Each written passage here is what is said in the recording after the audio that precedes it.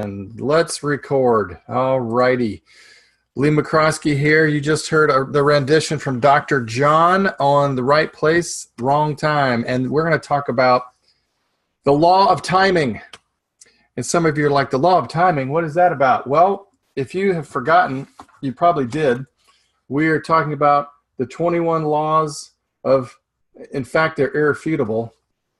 And we never finished our 21 laws. And because I have such a need to complete things, in psychology, I think there's a term called Gestalt. It sounds German, which means that the need to complete. And my Gestaltness wants me to finish off the 21 laws of leadership. So we're going to finish now. We're going to do law number 19, the law of timing, and then move right into the other two in the next couple weeks. Then I'm just going to go freestyle on leadership. How about that? Yeah. Okay. Here's what everybody's doing. Yeah. I know you're excited, so that's good. So hopefully you've had a good day today, and you're having a good week, and you're having impeccable timing. So the law of timing, John Maxwell says only the right action at the right time will bring success. Only the right action at the right time will bring success. And I got to tell you, this topic, like the intuition, remember the law of intuition? This topic is nearly impossible to teach. It's something you just have to do and experience and trust yourself with, right? So from our dictionary, timing is simply the skill or luck that's involved in doing something at the most suitable moment. You've heard people say, oh man, he's got perfect timing when he's in a sales meeting. Or the decision came with perfect timing right as I was closing that prospect. So, and you've heard of bad timing. Most of you know people who have really bad timing. If you're super emotional or stressed out, a lot of times that affects your own personal timing.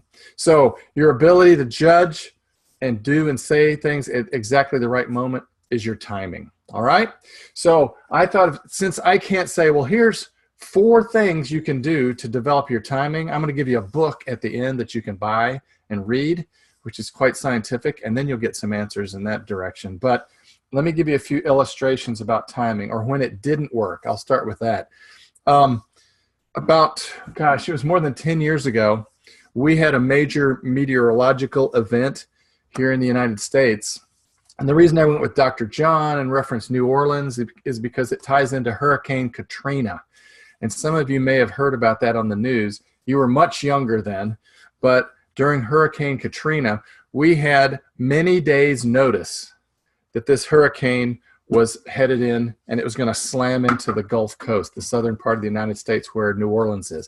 New Orleans is has anyone been to New Orleans? Yes, woo! 1. Okay, great city, completely depraved, wonderful food, good music, and it's also 6 feet below sea level. It's kind of like in a bowl. If you notice, there's sea level, and then it's 6 to 9 feet below sea level and slowly sinking.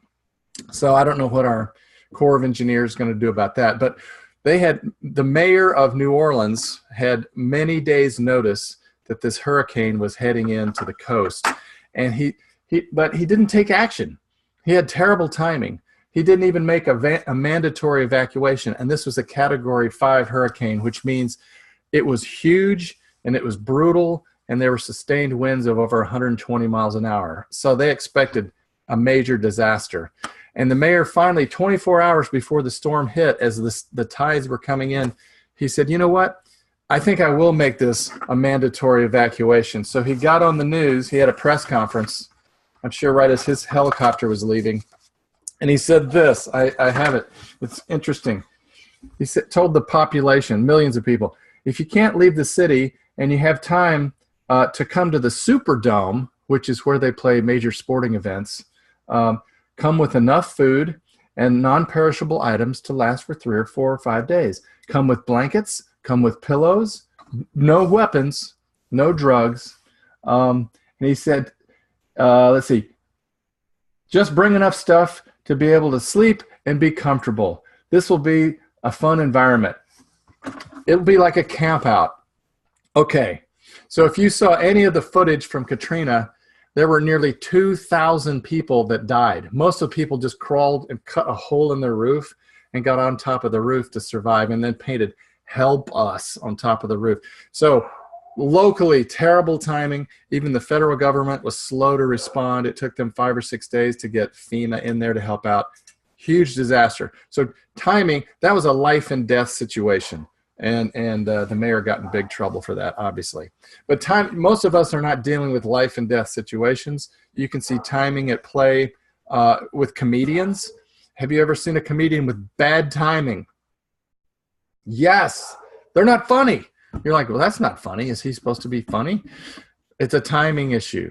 I remember the first class I taught at Williamson College. I was trying to be clever, and I was showing a series of YouTube videos that I thought were really funny. And when you looked at the class, I showed the first one, and they're just like, yep. And then they were confused and looking at each other, and I thought, well, maybe they don't understand our language. But my timing and my relationship with the class was not firm yet, so we had problems. In the area of science, Albert Einstein made an interesting comment about just time in general. I like this. He said, the only reason for time is that so everything doesn't happen at once. Think about that. Okay, so let's talk about leadership and timing. Warren Bennis says this. If you've heard of him, he's quite famous and relatively rich. He said, a leader's most important role in any organization is to make good judgments at the right times. Right? When a leader shows good judgment, little else matters. When he or she shows poor judgment, nothing else matters. So if you recall, for those of you that were in leads, Dimitri talked about timing. Does anybody remember him talking about that? Nod your head. Yes, a few of you. And it was related to back in the day when people were buying products, there was something called brand loyalty.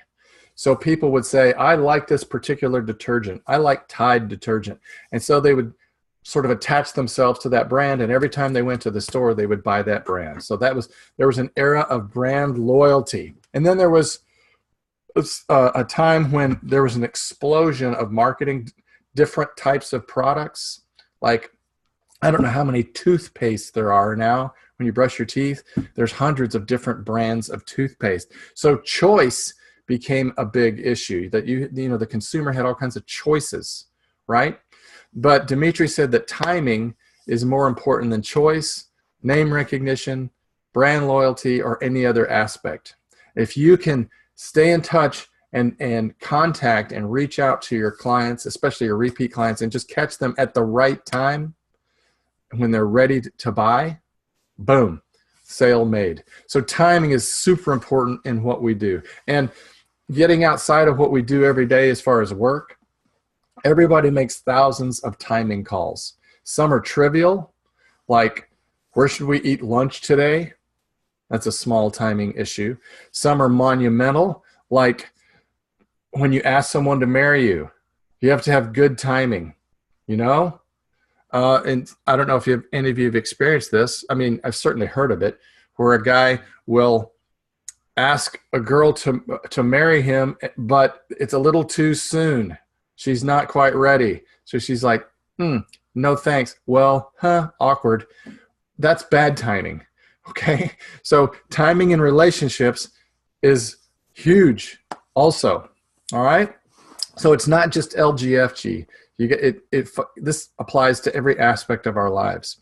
For leaders, the significance and consequences of our timing, they're magnified because it affects everybody on the team, right?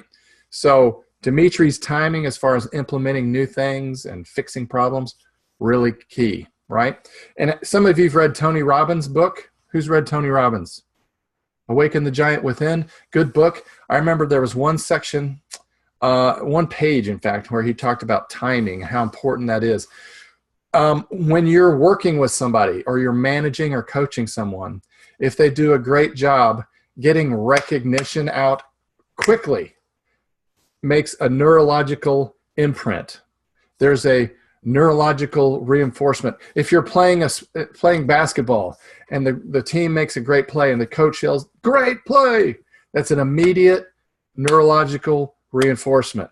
If the team makes a great play and then he waits until halftime to sit down and go, "Hey, do you remember when you threw that long pass and you made the great layup?" That doesn't have as much impact.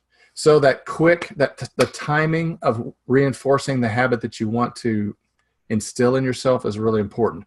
On the opposite side, think about, I know that there was a story he told in there about his daughter, Jolie, and she was very involved. This is Tony Robbins' daughter. And she was very involved in high school activities. She was in sports. She was doing a school play. She was getting good grades. And she had a boyfriend. Now, the boyfriend had some rules. And his timing was that she had to call him every day or text him every day. Now, being busy, could she do that every day? No. So, and you know what? That made her feel bad. So she felt pain associated with his expectations. And then guess what he did to really mess up the relationship? His timing was even worse. When she took the time to call him or reach out to him or contact him, he yelled at her. "I can't believe it's been 3 days since we talked." So she got another dose of pain, neurological pain, another imprint. So that relationship finally went down the tubes because of bad timing and expectations. There's double whammy there. So timing plays a part in everything. Even in politics, if you look at, obviously if you watch anything on TV about our country, our current president, Donald Trump, would not have been elected 5 years ago or 10 or in any other era. But the timing for who he was as a business leader and what he represents, and he was wanting to do a certain gesture to the political situation, that wouldn't have worked at any other time except now. And that's why he is running the show for the most part. So timing plays a part in everything. It made me think too, how many of you have played sports? Raise your hand. This is participation time. Has anybody played baseball, softball, cricket, where you're swinging something like a bat and hitting the ball? Well, my daughter was all district hitter as a softball player a few years ago. And what was interesting to me was timing was so important to her hitting. She got into a batting slump, and all it was a timing issue. When she was 1/10 of a second off swinging that bat, instead of hitting a long ball out into the outfield, just that 1/10 of a second, it would veer off and end up being a foul ball. So the difference between a home run and a foul ball, if you know baseball at all, is a timing issue a lot of times, right? So sports, yes. Farming, we talked about the law of the farm. If you recall, the Covey, we'll talk more about that with our DeVal friends coming up soon. But Covey talks about the law of the farm. You got to know when to plant, timing, when to water, when to irrigate, when to prune things, when to harvest. It's all about timing, right? In sales, is timing important? Yes. You can nod your heads again. Yes, you're participating. Good. Yeah, it's important in sales, because if you call at the wrong time, you have an issue, right? If you close at the wrong time or at the right time, it's great. You win. If you're bold, sometimes you have to have timing to be quiet and shut up. Sometimes if you're in a sales meeting, you need to have the right timing to break eye contact, something physical. And if you recall, those of you who make calls and book people, booking buddies and such, there are those, remember that the email that Dimitri sent out about pauses? That's timing. 2 seconds after you ask this, 2 seconds after they identify themselves. Timing, huge. Okay, so I'm going to skip some notes because a lot of what I'm saying I find boring. So Ray Kroc, the founder, I wrote out all these notes and I'm not using them. All right. If you know Ray Kroc, he was the founder of McDonald's. And he said the two most important requirements for major success are, first, being in the right place at the right time. That's timing. And second, doing something about it. So being there and executing. So let's talk just a touch on how to improve your timing. Preparation is the key to great timing. Then the call phase of a judgment process or decision you have to make is really quick as the flip of a switch. What made me think of that was Jeffrey Immelt, who was the General Electric CEO, said what he does in terms of his timing, and he's all about making decisions. That's his job, is making difficult decisions. So he takes in a lot of consulting from other people. He listens, he takes notes, and then boom, he says, I make a decision, just like that. But it comes down to good timing. So I have 5 questions for you and a book to recommend. Here's one to think about. Number 1, how do you develop timing? How do you develop timing? My answer is through experience. And where do you get experience? From poor timing. Get it? So you have to just do and learn to develop timing. And you have to trust yourself. You know, an affirmation that I would adopt is, I have great timing. I mean, that sounds kind of like inconsequential, not that very important, but tell yourself, you know what? I've got really good timing. I make the right decisions at the right time, a lot of times. And your brain goes, okay, I believe that. But just tell people, hey, I've got great timing. I'm glad I'm here. Let's sit down. You have to trust yourself. So like intuition, if you remember that chat we had on the law of intuition, timing develops in an area of your strength. So when you have a strength zone, that's when you're going to develop good timing, right? When I was selling years ago, my sales timing and later my leadership and training timing improved because I immersed myself in studying. I studied a ton. I studied every close. At Southwestern, they had this booklet of all the scripts, of all the different things that you could say in given situations to people who you wanted to recruit. It answered every objection. I memorized all the talks. I really immersed myself in becoming a student of good timing. And when I needed it, it's like I had all these weapons in my head, and when I needed it, I would pull out, that's a quiver, see? I would pull out the weapon of choice that I needed. Maybe weapon's a little bit strong. It sounds like there's some sort of battle. But I had all this knowledge at my disposal, and then I just had to use it at the right time. So step 1 is really preparing and just practicing and trusting yourself, okay?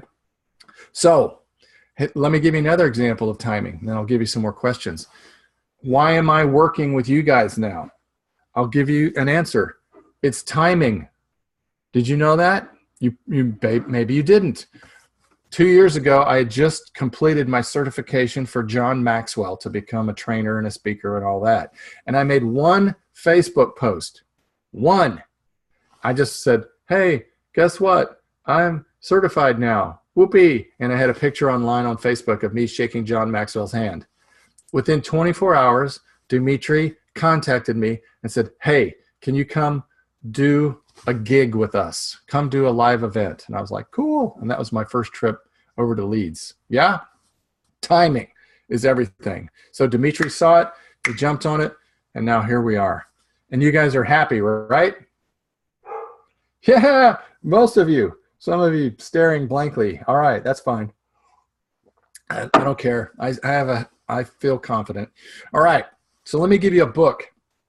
Let me give you a book because you want more information than what I've shared. Most of you, your notes just say timing, and then it's just blank space. Okay, so this is a book you can write down. Daniel Pink is one of my favorite authors. He wrote a book that I've talked about on our calls called To Sell is Human. But the book he just came out with, and I haven't even read it yet, I've just ordered it, is called When. When, W-H-E-N. And the subtitle is The Scientific Secrets to Perfect Timing. The Scientific Secrets to Perfect Timing. He says most people don't know much about timing. And our lives, he says, are a string of never-ending when decisions. When to start a business, when to take a class, when to get serious about a relationship, you know, if you're dating somebody. But he said most people just make those decisions like they just guess. You know, they don't have a way to do that scientifically. So he says that timing is really a science, and he explains more about that in the book. So I'm going to give you that little teaser. He talks about, evidently, how best to live, to work, and to succeed, how you can use hidden patterns of the day to build an ideal schedule that will work best for you. So that's about balance. Why certain breaks dramatically improve your performance during the day. How you can, if you're struggling, just starting off, if you're a rookie, how can you take a stumbling beginning into a fresh start? How to make that change. It's about timing. Anyway, there's a bunch of stuff. I'm kind of reading from the sleeve here, which is good. So he's really good because he takes cutting edge research and data, and then he shares it in an interesting way. It's not like a textbook. So I've always been a fan. All right. So check it out if you like, if this topic interests you. Yeah? A couple quotes and a few more questions. Fulton Sheen said this: patience is power. Patience is not an absence of action. Rather, it is timing. It waits on the right time to act. Patience. For the right principles and in the right way. And Anna Wintour, whom no one knows, but I wanted to give her credit, she said this: it's always about timing. If it's too soon, no one understands. If it's too late, everyone's forgotten. So there you go. Let me give you some questions to think about and talk about. This is the second question in our list. How is your sales timing? Whether it's on the phone or live with the client, how is your sales timing? Do you make good judgment calls at the right time? Or do you walk out of that situation or hang up and go, man, I blew that. I shouldn't. That's something to think about. Here's another question, not about your career. How is your life timing? Do you make good decisions at the right time? I do. Everything works out for me. Isn't that's comforting? Because I've told myself, and I've noticed over the years, I have pretty good timing. I've had some bad timing, but for the most part, good timing. I've been blessed. Number 4, think back. When have I had good timing? Think of some situations where you've had good timing. And conversely, / bad timing. What's the difference?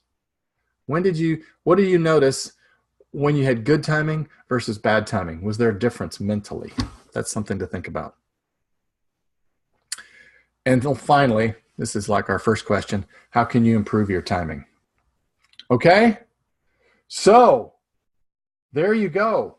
The law of timing. It's just I've given you sort of a light dusting on that topic, but I want you to consider maybe buying the When book. I'm going to. It's in my cart on Amazon, and we should maybe look at that together because timing plays an important part in you developing as a leader. So I appreciate being in business with you guys. Thank you so much for taking time to tune in.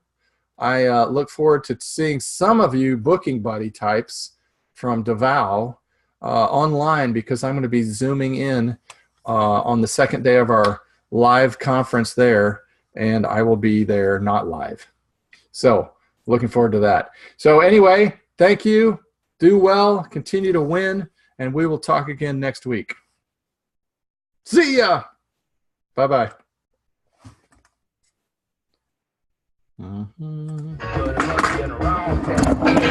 head is in a bad place. Have such a good time. I've been running, trying to get hung up in my mind. Just got to give myself a good talking to this time.